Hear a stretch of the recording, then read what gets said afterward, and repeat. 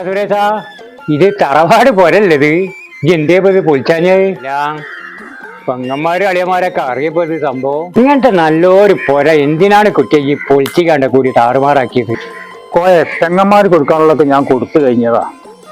ഇതിപ്പോഴേ എന്റെ മുതലാത് ഈ കണ്ടോ, ഇതിൽ ഞാൻ അടിപൊളി വീട് ഞാൻ ഉണ്ടാക്കാൻ പോകും. അല്ലടോ, അന്റെ പെങ്ങന്മാർക്കും മക്കളും അളിയന്മാർക്കും ഒക്കെ ഒന്ന് കേറി വരേണ്ട സ്ഥലല്ലേനത്. ഇനിയിപ്പോ ഇടക്കാറ്റുകൾ കേറി വരിക.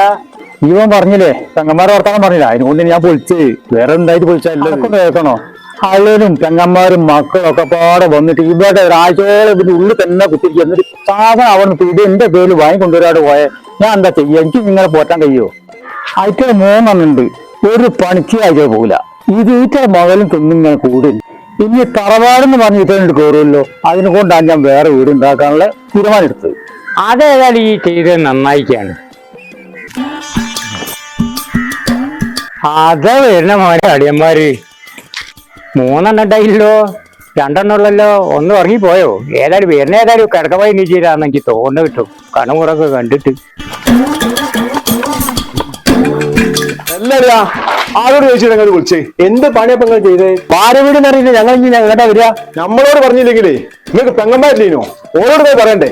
ഏതായാലും നിങ്ങൾ പൊളിച്ച് ആ വാതിലട്ടിലും ആ ജെല്ലും ഈ ഗ്രില്ലും ഞാൻ കൊണ്ടുപോകും. അങ്ങനാണെങ്കിലേ അവിടുത്തെ പാക്കും ആ ഓടും ആ കല്ലും എനിക്ക് വേണോ, അത് ഞാൻ കൊണ്ടുപോകും.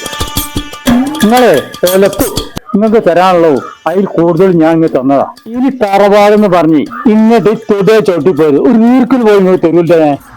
അളിയാ, ഇതുകൊണ്ടൊന്നും തീരൂല, നമുക്ക് കാണാം. ഇതാച്ചാ ആളേനല്ലേ കുളിയനാണ്. ഇനി നമ്മളെ മിക്കവാറും പണിക്ക് പോകേണ്ടി വരും.